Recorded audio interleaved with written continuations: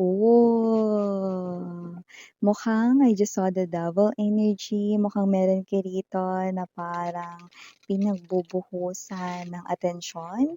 Palaging nasa isip mo ang taong ito at mukhang gusto mo siya. Yun oh. Crush mo to, ano? Crush mo to, ano? Huwag kang mahiya. Sabihin mo sa akin, bulong mo sa akin. Yun oh. Crush mo? Kita ko. So, let us see. Anong tungkol dito sa taong gusto mo ang ipakikita sa atin ng mga baraha ngayon.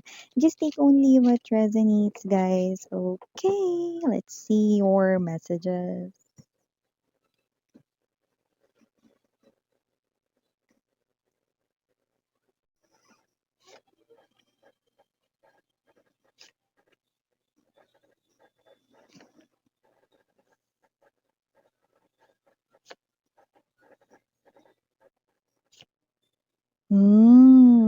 Naku, mukhang energy mo ito, litong-lito ka, no? Kasi meron dito with the Seven of Cups energy, okay, in the world.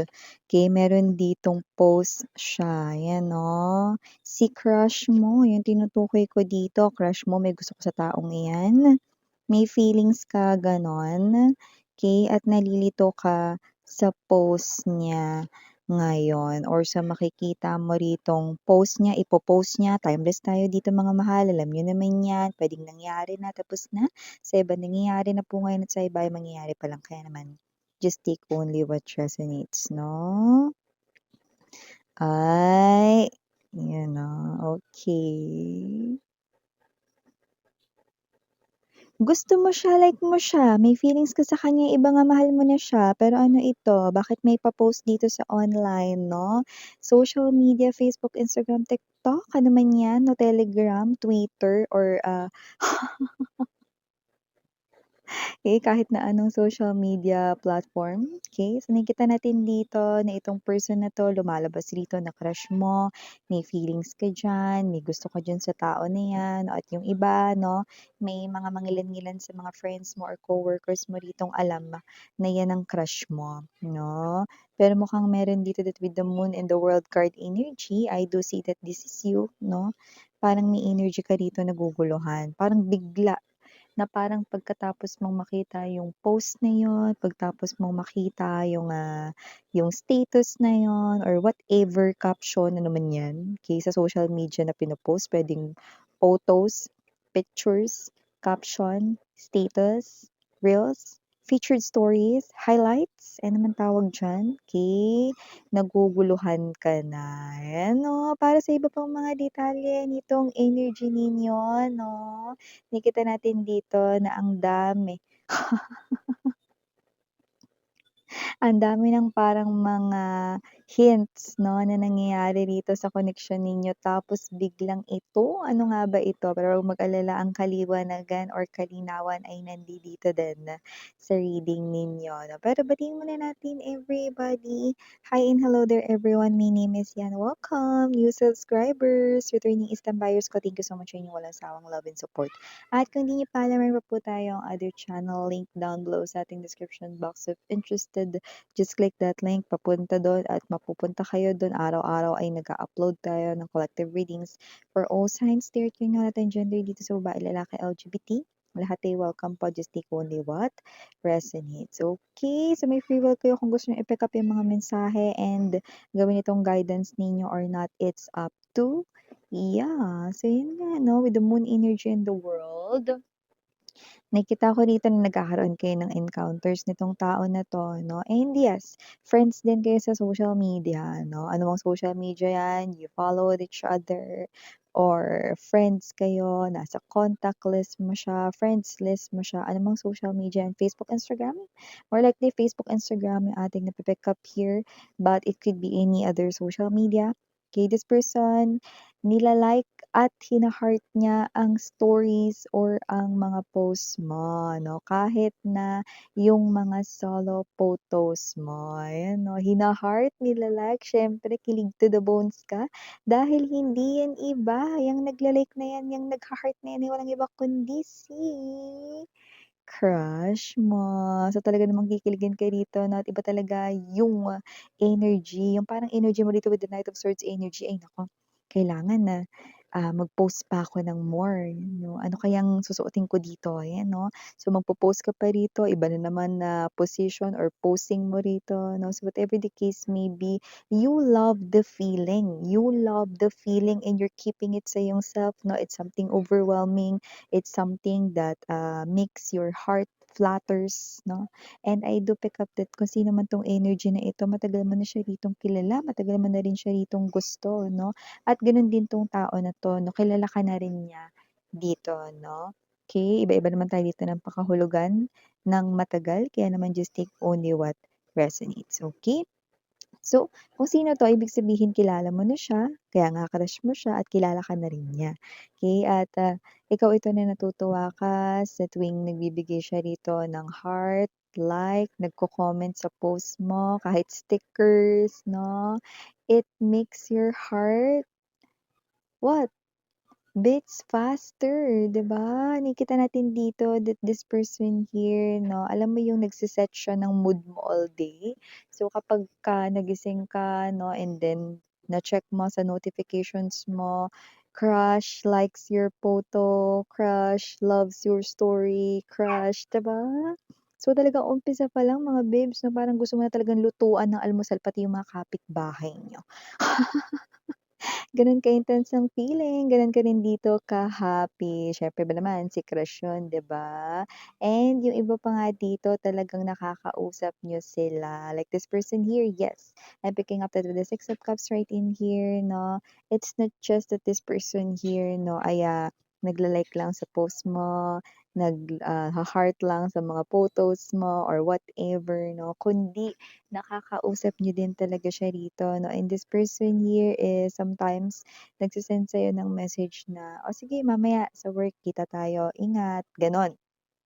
Hmm, wala pang I love you yun, wala pang I miss you yun, pero yung kilig mo, grabe, abot ulap talaga 'no. So, nakita ko dito na kung sino man 'tong energy na 'to na talagang natutuwa ka kapagka siya ay nagme-message sa'yo, kapag siya ay nagko-comment sa'yo, kapag siya ay nagte-text or nagcha-chat sa'yo, iba yung talagang nararamdaman mong saya 'no.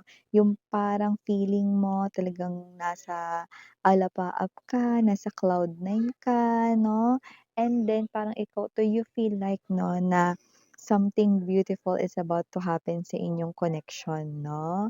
Okay, nakikita natin dito that this guy or that this woman right in here na crush mo or taong gusto mo is someone who's nice, kind, thoughtful, someone who is giving me the vibe ng energy ng aalagaan talaga 'no.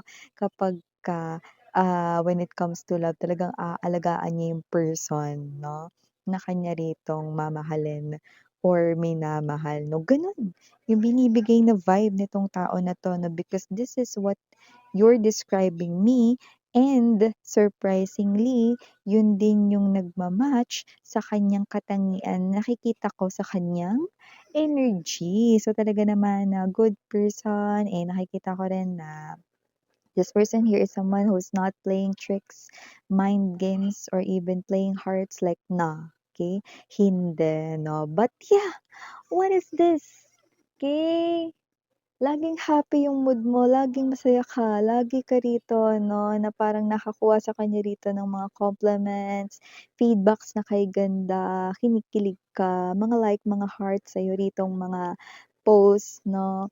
Pero ano ito, bigla na lamang may tumambad sa social media, sa internet, sa online world, okay, with the very strong moon to the world energy. This is something here na parang ay, sana hindi ko na lang, tiningnan yung social media ko. Sana hindi ko na lang binuksan yung Facebook ko, sana hindi ko na lang binuksan yung IG ko, sana hindi ko nakita ito.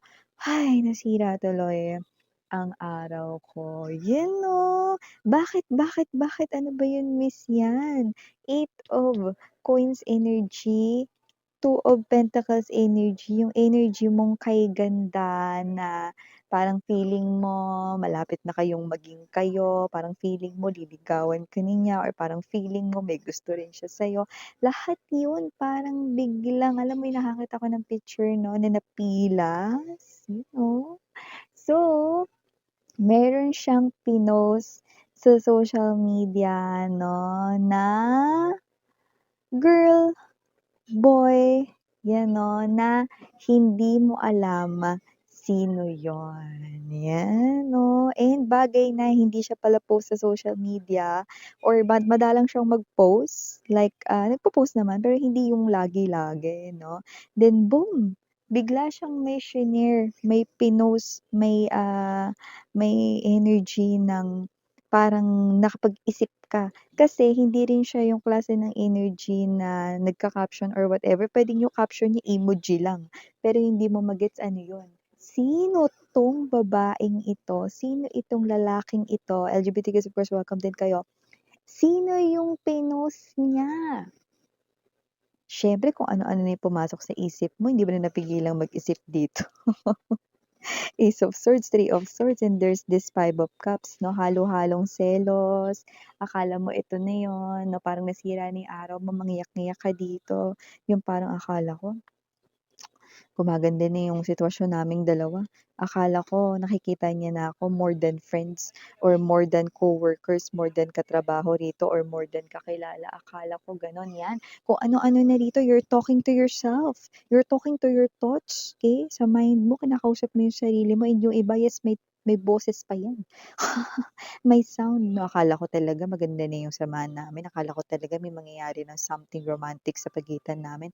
Akala ko talaga papuntang love na ito. Yes, yun talaga yung akala mo dito 'no, pero parang, Two of Coins energy. Parang lahat yun nasira dahil lang dun sa post na yun 'no, na wala man lang caption kundi stickers lang, emoji lang 'no, walang kahit na anong-ano pero nafi-feel mo na parang may something nakakaiba, sino yun, hindi mo yun kilala, 'yan 'no. And possible na attractive pa or looks attractive yung pinost niya, puwedeng may itsura yun or whatsoever 'no, 'yan. Kung ano-ano na iniisip mo, yung parang energy mo dito hindi mo alam kung manhid lang ba siya, hindi niya ba nararamdaman na may gusto ka sa kanya? Tapos parang pinapaasa niya lang ba ako? Ang dami ng nangyayari sa isipan mo 'no, this is what's happening sa iyong thoughts, Seven of Cups energy, Ace of Swords. Pinaglalaruan niya lang ba yung feelings ko? Mali ba yung pagkakakilala ko sa kanya? Kasi nakikilala ko siya na hindi naman siya love bomber, hindi naman siya gaslighter, hindi siya hashtag paasa. Pero bakit ganito? Sino 'to? Sino 'tong babaeng 'to? Sino 'tong lalaking 'to? Sino 'to? Yan. Hindi mo kayang tanungin? Kailangan talaga mag-panic agad? Yan 'no. Kasi nakikita ko dito, yes, tama ka. Itong person na 'to mga babes 'no, is someone who likes your photos, who also loves your photos, your posts, your captions, etc. and etc. Everything that you post online. Okay? This person here, talagang nila-like niya yon, nila-love niya yon kasi, okay, gusto niya, very willing yung energy niya, 'no? Na i-like, i-love yung mga posts mo, statuses mo, or whatever, okay? But it doesn't mean na dahil nag-post siya rito, mga mahal, no, eh girlfriend niya na yun, boyfriend niya na yun. Yan, no. Yung iba, bibigyan ko kayo rito, no, ng specific, no, kasi may nakita tayo dito, specific reason, sino yun, eh.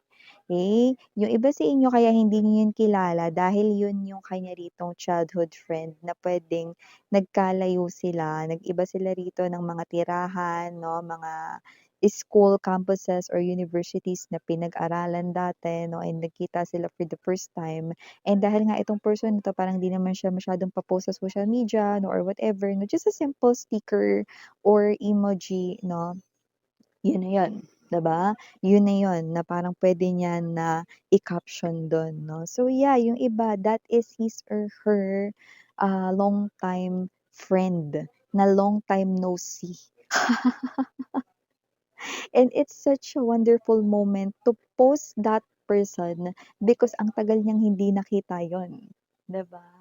Alam niyo naman 'no, yung mga tao ngayon 'no, yung mga Facebook, Instagram 'no, may mga albums na rin 'yan 'no. So aside from keeping it sa inyong mga hard drive, sa inyong mga computer, laptop, notebook o cellphone, handphone, okey, puwede rin niyang i-save sa mga social medias para maraming ways para i-keep yung mga, photos 'no, especially if yun ay mga shine-share sa mga special people sa ating lives, 'di ba?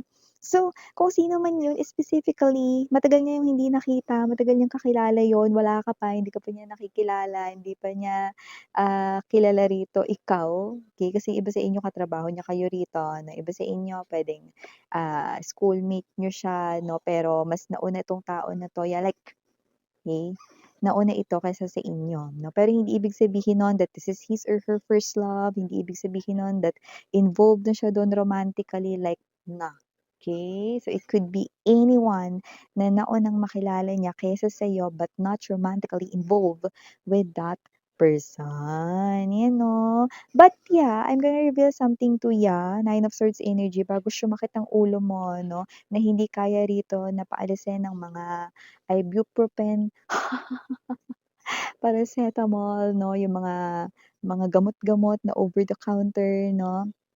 Okey, eto ang tanging lunas. Ang taong 'yan na crush mo, matagal mo ng gusto 'no, kinikilig-kilig ka kapagka nila-like, hina-heart niya ang mga post mo, Knight of Pentacles energy, Ace of Cups, hindi pa niya nare-realize na may feelings rin siya sa'yo, ayan 'no. Pero binigyan ka rito ng tip ni universe 'no, kasi nakikita ko rito you're always available for this person 'no.